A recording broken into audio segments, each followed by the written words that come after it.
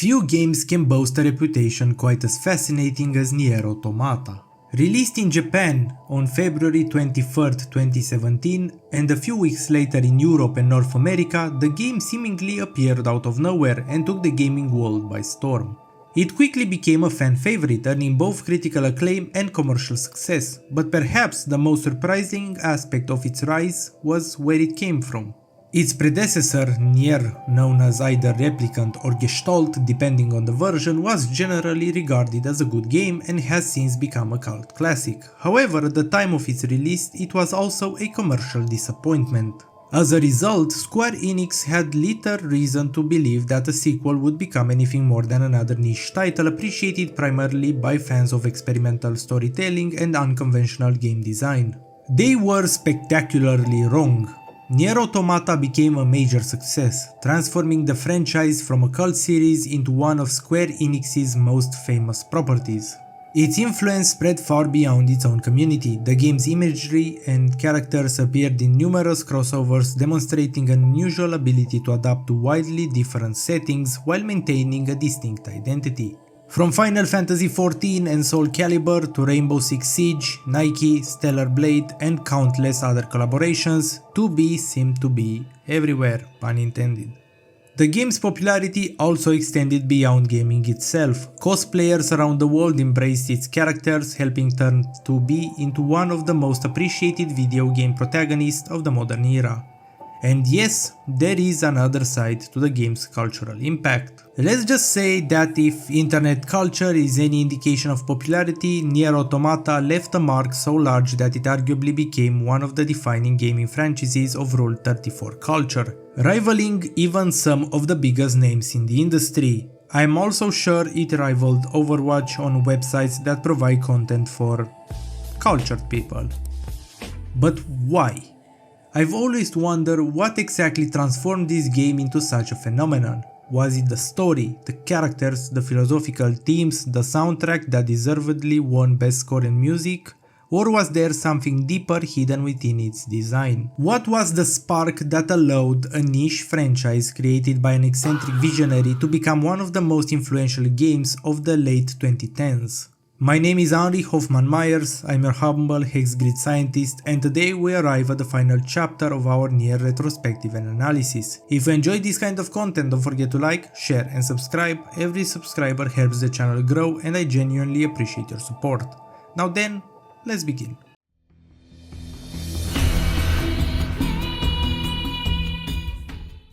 You know how I heavily criticized Dragon Age for repeatedly failing to learn from its past mistakes.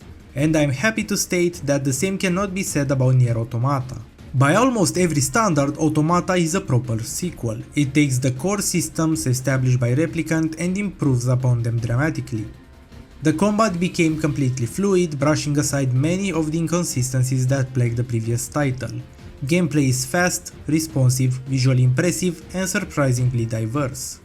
The combat system itself is not the deepest character action system ever made, rather it exists at the intersection of accessibility, player expression and system integration. When discussing action combat, names such as Devil May Cry 5, Killer is Dead or Bayonetta often stand out as genre-defining examples. But Automata is not really trying to test the player's ability to execute complex combo strings. Instead, its combat system is designed to ensure that almost every player can look stylish while still leaving plenty of room for mastery. It is easy to learn, but difficult to optimize. Just like Replicant before it, I get the feeling that combat was never intended to be the main attraction. It exists to keep the player engaged and entertained, but it is not designed to overshadow the narrative. The combat is flashy, responsive and satisfying, yet it always feels as though it serves a larger purpose. In many ways, it functions as a vehicle for the narrative rather than the destination itself. The system is built around 4 major combat layers: light attacks, heavy attacks, pod fire and pod programs. This architecture already existed in Replicant in a more primitive form, but unlike its predecessor, Automata succeeds in integrating these systems into a cohesive combat loop. While these systems are not always active simultaneously, Automata constantly encourages the player to weave them together. Various upgrades and chips further increase this flexibility. One particularly useful chip allows attacks to be executed while dodging, significantly improving combat flow and making aggressive playstyles far more viable. None of these ideas are revolutionary on their own, yet together they create a surprisingly large amount of mechanical bandwidth while maintaining consistency and accessibility. As a result, the game tends to reward multitasking more than strict execution. There are no elaborate combo chains that demand frame-perfect inputs or extensive memorization. Instead, combat revolves around maintaining offensive pressure, managing your various tools, and reacting to enemy attacks. As the game progresses, many encounters naturally evolve into a rhythm of attacking, dodging, repositioning, and immediately returning to the offensive. Considering how frequently enemies attempt to overwhelm the player through sheer numbers, this approach makes perfect sense. Fortunately, the game offers a wide variety of upgrades and customization options that help keep the experience engaging throughout the adventure. Automata also implements a weapon pairing system which fits the combat style much better than the weapon switch system implemented in Replicant. Most playable characters can equip two weapons simultaneously. One weapon is assigned to the light attack slot and the other to the heavy attack slot. Since there are multiple weapon categories, each combination generates different combo chains and attack patterns. We will see throughout this video that NieR Automata rarely tasks the player with selecting predefined movesets. Instead, it provides numerous opportunities to construct one that fits a personal playstyle. That is, excellent design. The combat also has a vertical dimension to it. It was present in Replicant as well, but there it felt surprisingly hollow. Automata expands this aspect considerably. Players can launch enemies into the air, continue combos while airborne, perform mid-air dodges, and maintain offensive pressure outside of the traditional ground-based combat space. Another aspect often overlooked is how heavily Automata borrows from bullet hell design. Many encounters force the player to process large amounts of visual information while simultaneously maintaining offensive pressure. You are not simply fighting enemies, you are navigating through projectile patterns, searching for safe spaces, and constantly repositioning. This creates a unique form of cognitive load rarely found in traditional character action games and contributes significantly to the game's identity. When it comes to defenses, I am somewhat happy that they partially removed parries. Well, you can still parry, but it is not enabled by default, and rather than pressing a button at the perfect moment, you have to move towards the enemy. I felt that parrying was highly inconsistent in Replicant, but here you do not need to parry at all because dodging is the real star of the show.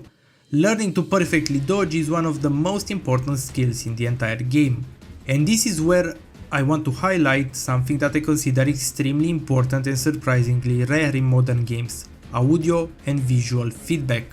One of the hills I'm willing to die on is that players should be rewarded for demonstrating skill. You do not necessarily need to hand out items, experience points, or combat bonuses.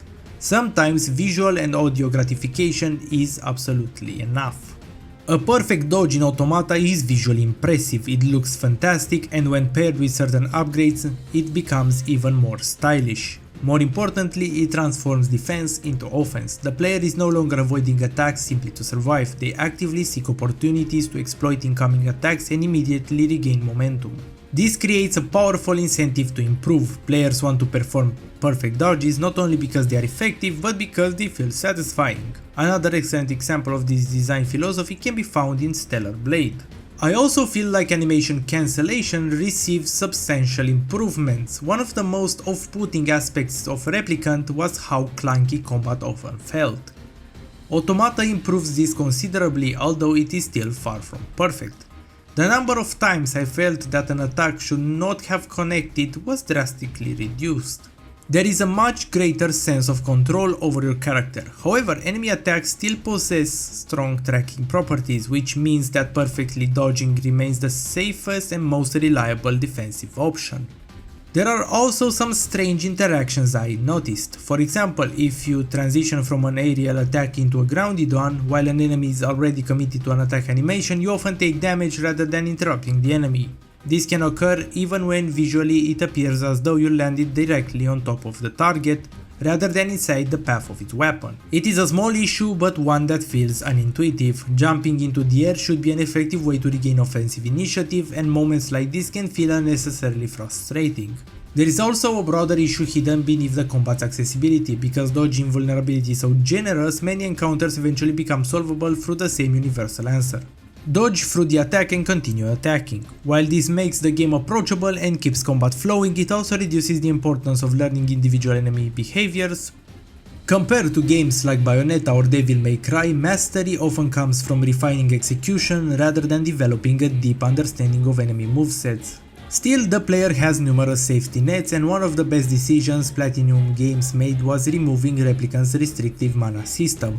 Pot Fire can be used continuously while Pot programs function as cooldown based abilities. This creates a far greater combat freedom and removes many of the unnecessary limitations presented in previous games. For me, it is highly obvious that combat was never meant to hinder progress. It is accessible, flexible, and offers countless ways to customize the experience without necessarily lowering the difficulty. However, there are moments where the system becomes somewhat repetitive, particularly during later playthroughs rather than the first one. As a small conclusion, I genuinely enjoyed the combat of NieR Automata. I absolutely love flashy combat systems with strong visual identity and beautifully choreographed animations.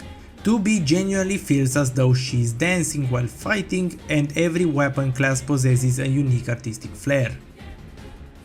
I repeatedly reference Bayonetta for a reason. Both Bayonetta and Automata were developed by PlatinumGames, and that shared lineage is immediately visible in the emphasis placed on fluid movement, spectacle, and player expression. Overall, Automata's combat succeeds not because it is the deepest action combat system ever designed, but because it understands its role within the larger experience. Every mechanic is built around maintaining momentum, maximizing player expression, and keeping the narrative moving forward. It may lack the mechanical depth of genre giants such as Bayonetta or Devil May Cry, but it compensates with cohesion. Unlike Replicant, whose system often felt disconnected from one another, Automata's combat feels like a complete machine, with each component reinforcing the others. It is a clear improvement over Replicant, mechanically cohesive, and most importantly, genuinely fun to play.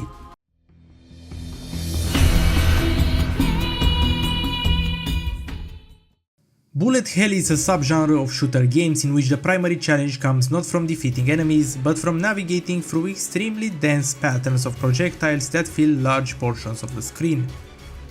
Success in this type of game depends on pattern recognition, spatial awareness, precise movement, and the ability to process information under intense pressure. We already know from NieR Replicant that Yoko Taro loves showering the player with hundreds of floating spheres that deal damage. Sometimes the patterns they form can be quite creative. Combat in Automata is all about processing information while maintaining offensive pressure.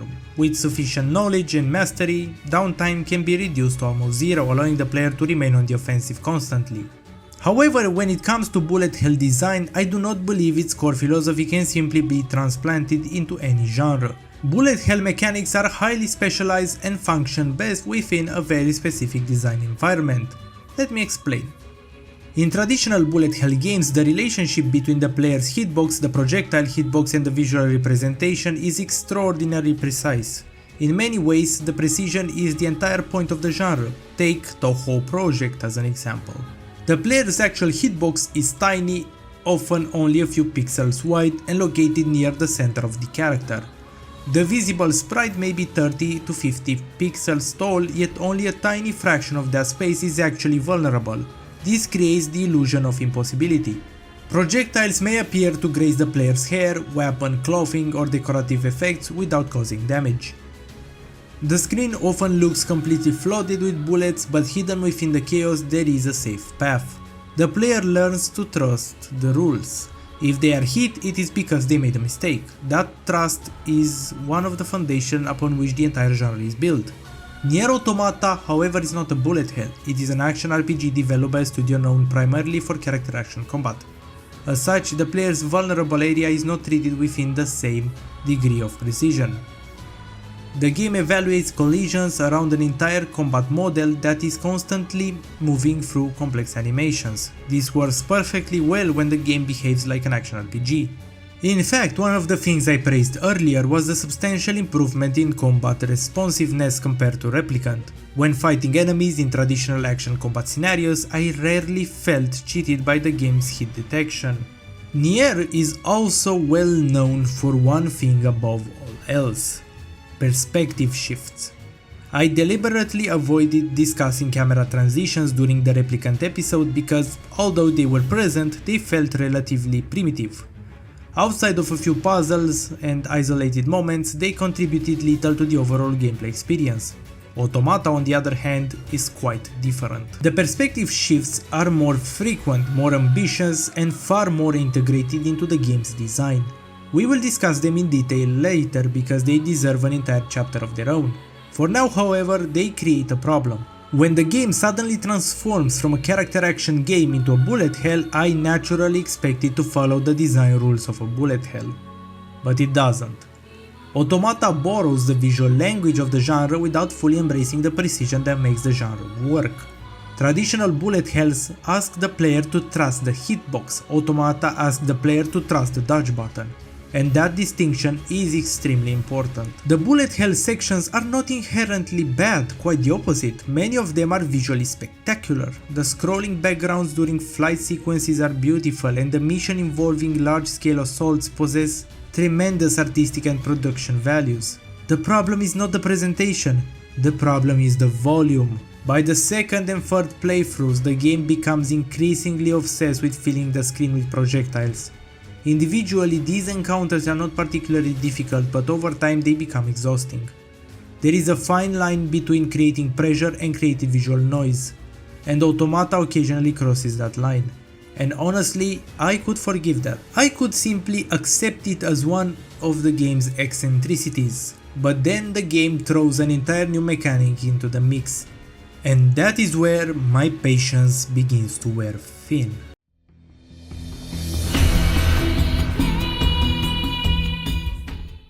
During the second playthrough, you are asked to endure the story told from the perspective of the worst character in the game, NieR. And before the comment section decides to publicly execute me, let me clarify something. I am not talking about his role in the narrative. Whether you love or hate NieR as a character is entirely subjective. I am talking about him as a gameplay package. As a playable character, he is easily the weakest part of NieR Automata. The reason is actually quite simple. Throughout the playthrough, the game spends dozens of hours teaching the player how to play Automata. It teaches dodging, positioning, weapon combination, aerial combat, offensive pressure, and enemy management. Then Root B arrives and starts taking things away. NieR cannot perform heavy attacks, he cannot equip two weapons simultaneously, his melee combat is significantly less expressive than 2B's. In exchange, the game gives him a new mechanic: hacking. Whenever you hack an enemy, the game abruptly changes genres. Instead of fighting normally, you are transported into a small bullet hell arena where you must survive waves of projectiles and destroy a central core in order to inflict massive damage on the target. At first, this is actually a clever idea. It makes the difference between the two characters immediately clear. While 2B solves problems through direct combat, NieR attacks information systems and exploits machine vulnerabilities. Conceptually, it works perfectly. Mechanically, however, the novelty wears off remarkably fast. And this brings me to one of my core design principles. Anything, no matter how enjoyable it might be initially, eventually becomes unpleasant when repeated often enough. The NieR franchise has always had a strange obsession with repetition, but hacking pushes this tendency far beyond what I was willing to tolerate. The hacking arenas are randomized, but the amount of meaningful variation between them is surprisingly limited. After a few hours, you have already seen most of what the system has to offer. The problem becomes even more obvious when compared to traditional bullet hell games. In a proper bullet hell, the entire game is designed around that mechanic. The player's hitbox is tiny, projectile patterns are meticulously designed, and progression continuously introduces new challenges, new enemy types, and new ways of interacting with the system. Automata does not do that. 20 hours into the game, hacking functions almost exactly the same as it did during the opening sequence. You still have 3 lives, you still use the same weapon, you still solve the same objective. The player evolves, this mechanic does not. As a result, hacking eventually starts feeling less like a fully developed gameplay system and more like a minigame that accidentally became one of the game's primary mechanics. And unfortunately, the game asks you to use it constantly. The first 10 minutes of Automata introduce bullet hell mechanics during the opening sequence. That's perfectly reasonable. We made an agreement with the game. It establishes that these mechanics exist and will occasionally appear throughout the experience. But introducing a mandatory bullet hell subsystem 20 hours into an action RPG is a completely different matter. The game crosses a red line here. If you remember my Dragon Age Origins analysis, I already discussed this principle. You do not get to change the genre of the game without consequences. Genre shifts can absolutely work, but they should complement the skills the player has already developed rather than replacing them. Hacking does the exact opposite. The game spent 20 hours teaching me how to play. It taught me how to dodge, how to combine weapons, how to maintain offensive pressure, and how to navigate enemy attacks. Then it suddenly asks me to stop using most of those skills and instead play an entirely different game. The natural flow of combat is interrupted and replaced with a completely separate rule set. Even worse, many of the mechanics that define normal combat simply disappear. We already established that learning to dodge is one of the most important skills in Automata, so why can't I dodge during hacking? Why am I suddenly using a completely different movement model? Why am I expected to master a new combat system halfway through the game? The answer, unfortunately, is because the game wants me to. Not because it improves the experience. And then comes what I consider the most unforgivable part. The mechanic becomes mandatory. At first, hacking can be viewed as an alternative combat option. Later, however, the game requires it for progression. Certain objectives and story segments cannot be completed without engaging with the hacking. At that point, the mechanic stops being a choice, it becomes an obligation. And I almost didn't finish the game because of it. The worst part is that hacking is not even particularly difficult, it is simply exhausting. Since failure only damages the player and healing items are abundant, many encounters can be brute force through persistence. Given enough healing items and enough attempts, most players will eventually succeed. This transforms hacking from a test of mastery into a test of patience, and patience is not the same thing as skill. Had hacking been used sparingly, it could have been a refreshing change of pace and a clever way to distinguish between the protagonists. Instead, the game repeatedly returns to it until the novelty completely evaporates. By the end of the experience, I was no longer excited to hack anything. I was simply waiting for the hacking sequence to end so I could return to the combat system I actually enjoyed. That is why I consider NieR the worst character in Automata. Not because of his personality, not because of his story, but because the gameplay package attached to it replaces one of the game's strongest systems with one of its weakest.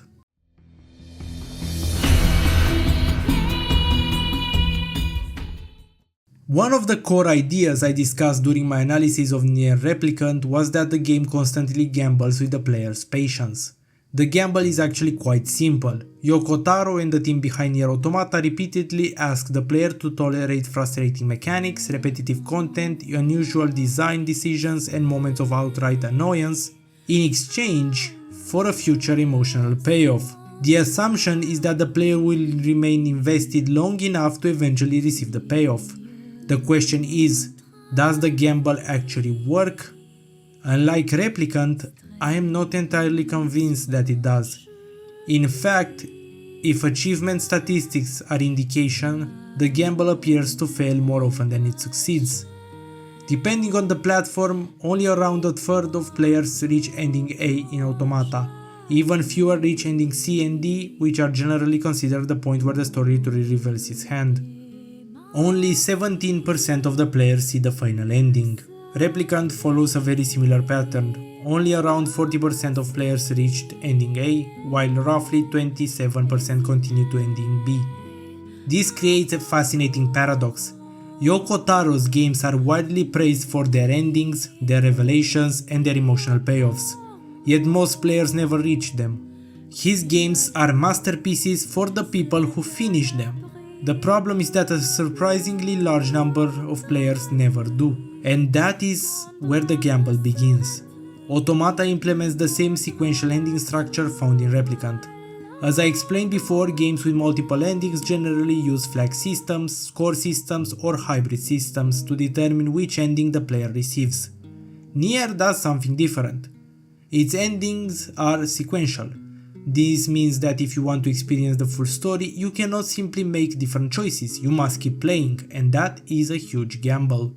To Automata's credit, this structure is significantly improved compared to Replicant. The second playthrough contains additional story content, new perspectives, and previously unavailable information. But let's not pretend you are playing an entirely different game. You are revisiting many of the same locations, you are fighting many of the same enemies, you are replaying many of the same events. And after a while, fatigue starts to set in. Personally, I found myself rushing the main story during Route B simply because I did not want to repeat the side content. As a result, I entered later section of the game somewhat underleveled. And this issue becomes even worse because Route B forces the player to use a character whose gameplay I already explained I strongly dislike. Then come the bosses. To be fair, Automata's bosses are vastly superior to those in Replicant. Some of them are genuinely spectacular, the scale is impressive, the presentation is outstanding, the music is phenomenal. But occasionally I found myself asking a very simple question: why is this boss here? There are moments where I genuinely feel the creative team sat around the meeting table and asked, how long has it been since we annoyed the player? And then someone replied, about 10 minutes. Excellent, let's fix that. The result is often a gigantic enemy with awkward attack patterns, questionable hit detection, or mechanics specifically designed to waste time rather than test skill. And this eventually leads us to another interesting topic: autoplay.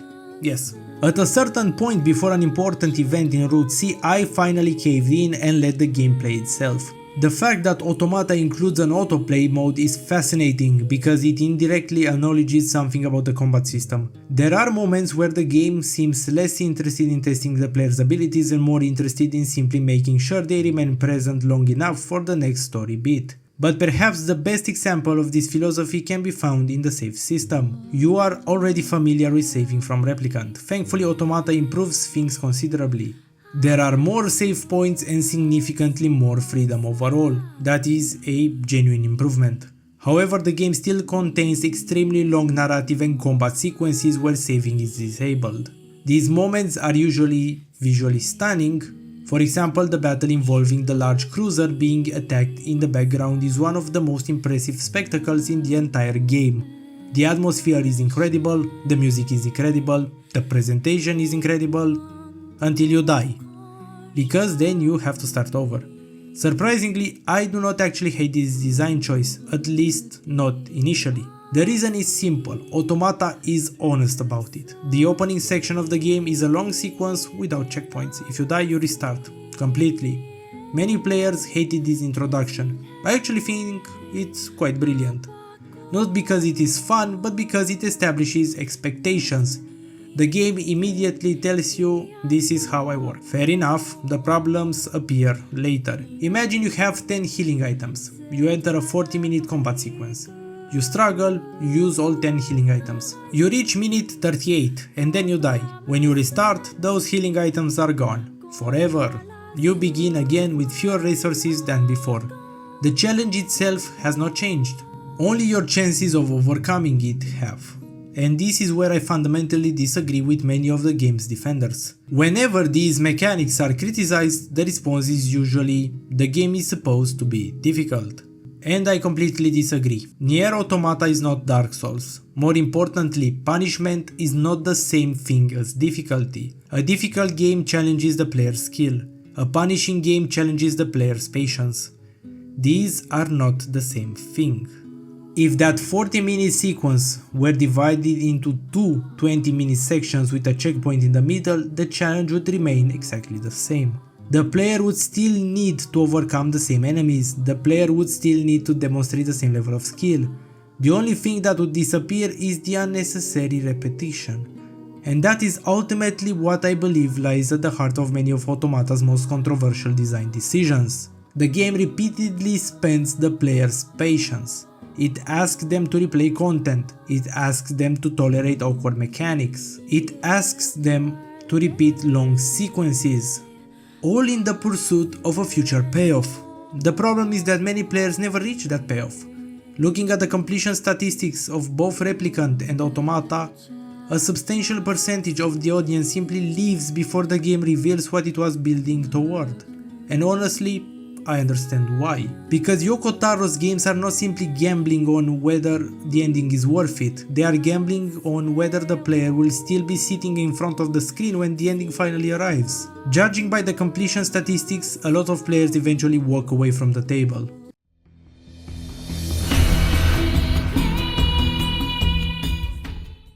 In Replicant, the upgrade system was more or less non-existent. Sure, you could upgrade your weapons and improve your spells, but neither system felt particularly relevant. Most of the time, I simply ignored them and continued playing normally. Automata is surprisingly similar in this regard. You can upgrade both your weapons and your pod, but throughout my entire playthrough I rarely felt compelled to do so. The upgrade system demands a considerable amount of resources and money, and honestly I found that money was usually better spent elsewhere, specifically on chip storage. And here I have to admit something, I was profoundly impressed. The plug-in chip system is probably one of the most under-discussed mechanics in Automata and ironically one of its best. It is a goldmine from a design perspective because it is one of the few mechanics that simultaneously functions as gameplay, world building, characterization and storytelling. Most RPGs treat progression as an abstract concept. You gain levels, your numbers increase, your abilities improve, and very few games bother explaining why any of that happens. Automata takes a completely different approach. You are not human, you are an android, a modular machine. Your abilities are not your own, they are just hardware. You do not learn new skills like a human does, you just install them. At a first glance this might seem like a minor distinction, but it fundamentally changes how the player perceives the protagonist. 2B is not becoming stronger, she's not evolving, she's not unlocking hidden potential, she's the exact same machine she was during the prologue. The only difference is that she's being modified, and that is where the brilliance of the system begins to reveal itself. The plug-in chip system transforms gameplay mechanics into world building. Many of the things players take for granted are represented as physical components.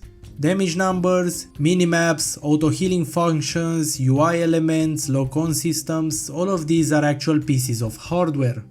The game looks at features that most developers simply hand to the player and asks a very simple question: why do these things exist? Automata's answer is surprisingly elegant: because they are software running inside a machine. And if you are ever tempted to question the explanation, the game has a very funny answer waiting for you. Have you ever tried deleting System 32? The operating system chip serves exactly the same purpose. Mechanically speaking, the chips are also fantastic. Some of them are clearly stronger than others, but the most powerful chips usually consume large amounts of memory, forcing the player to make meaningful decisions. The overclock chip was a personal favorite of mine. Slowing time after a perfectly executed dodge not only makes combat easier, it makes it dramatically more stylish. And unlike many RPG systems, these upgrades are not simply statistical improvements, they are actively changing how the game feels to play. The entire plug-in chip system is beautifully designed. I would go as far as to say that it is one of the best progression systems I have ever seen in a video game. It is functional, it is rewarding, it is easy to understand, and perhaps most importantly, it reinforces the themes of the game. There is a wonderful irony hidden inside the mechanic. Throughout the entire adventure you constantly modify 2B, you replace components, you install upgrades, and all the while the game asks questions about identity, consciousness, purpose, and individuality. Most RPG progression systems exist purely to make numbers go up. Automata's plug-in chips do something far more interesting. They transform character progression into a form of world building. The result is a progression system that does not merely support the game's themes, it actively participates in them.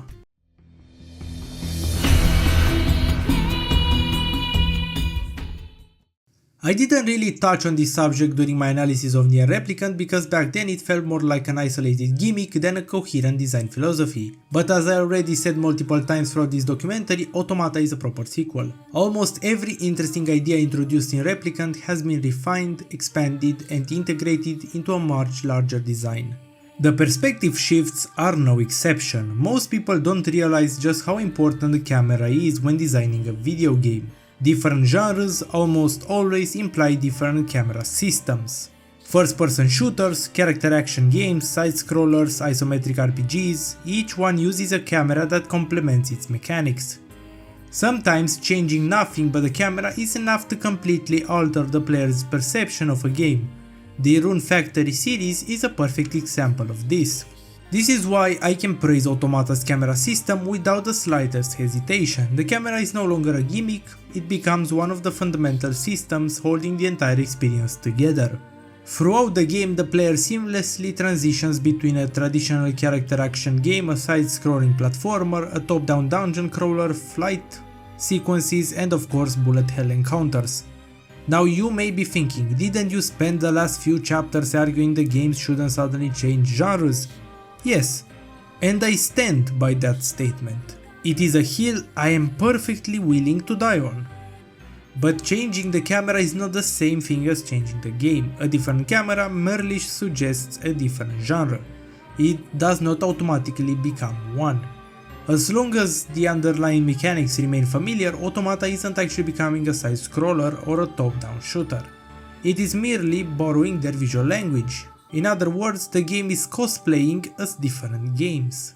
And I don't mean that as criticism, quite the opposite. The genius lies in how little the player actually has to relearn. Movement remains movement, dodging remains dodging, attacking remains attacking, and so on. The player's perspective changes, but the mechanical foundation remains surprisingly consistent. The result is that these transitions feel remarkably natural. They rarely interrupt the flow of gameplay because the game respects the player's existing knowledge instead of discarding it. This is precisely why I reacted so negatively to hacking mechanics. The camera changes never ask me to forget what I have already learned. Hacking does. The perspective shifts, on the other hand, expand the existing experience instead of replacing it, and that is the difference between a successful genre experiment and an unsuccessful one. By the end of the game, it becomes obvious that these camera transitions are not simply artistic flourishes. They are one of Automata's central design philosophies. The game constantly asks the player to see the same world from a different perspective without forcing them to relearn how that world works. That idea extends far beyond the camera. It applies to the playable characters, it applies to the story, it applies to the repeated routes, it applies to the game's central themes. Perspective itself becomes a mechanic. And that is why when I think about NieR Automata, one of the very first things that comes to mind is not 2B, not the soundtrack, and not even the combat. It is the constant invitation to look at the same world from a completely different angle.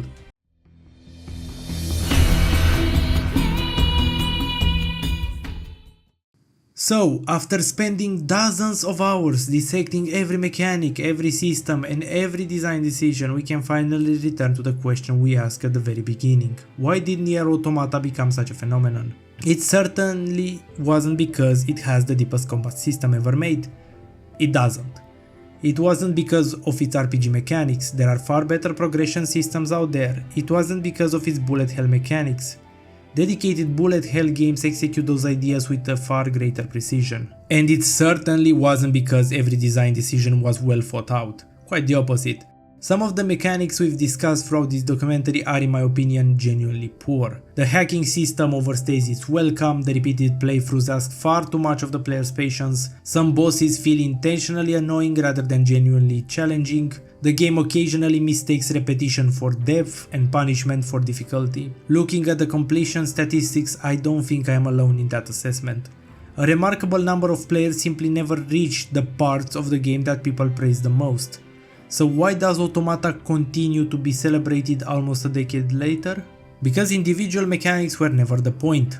The point was consistency and steadiness of vision. Every major mechanic, whether I liked it or not, exists for the same reason. The combat, the perspective shifts, the plug-in chip system, the root structure and all the others. Even the mechanics I strongly dislike. They all serve the same artistic objective. Very few games commit themselves so completely to a single design philosophy, and I genuinely respect that. Does philosophy always result in good game design? Absolutely no. In fact, I think Automata frequently sacrifices mechanical quality in order to reinforce its narrative ambitions. Sometimes it pays off, sometimes it doesn't. Sometimes it creates unforgettable moments, and sometimes it creates mechanics I never want to touch again. And that perhaps more than anything else defines NieR Automata. It is a game full of contradictions, it is elegant and clumsy, innovative and repetitive, thought-provoking and occasionally self-indulgent. It is a game that constantly asks the player to trust its vision even when that vision comes at the expense of the player's enjoyment.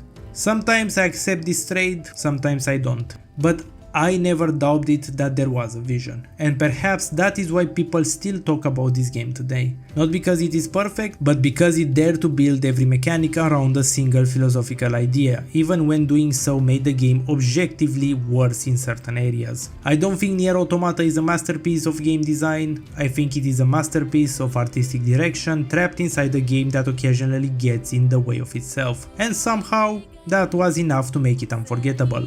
Like I already accustomed you, a full documentary containing all the episodes plus something extra will be posted soon enough. If you feel like I missed something or do you think some system had much more depth than what I showed here, send an email or add a comment so I can rectify in the final cut. Thank you very much for your time. I am Henri Hoffman-Myers, your Hex Grid scientist, and this was NieR Retrospective and Analysis.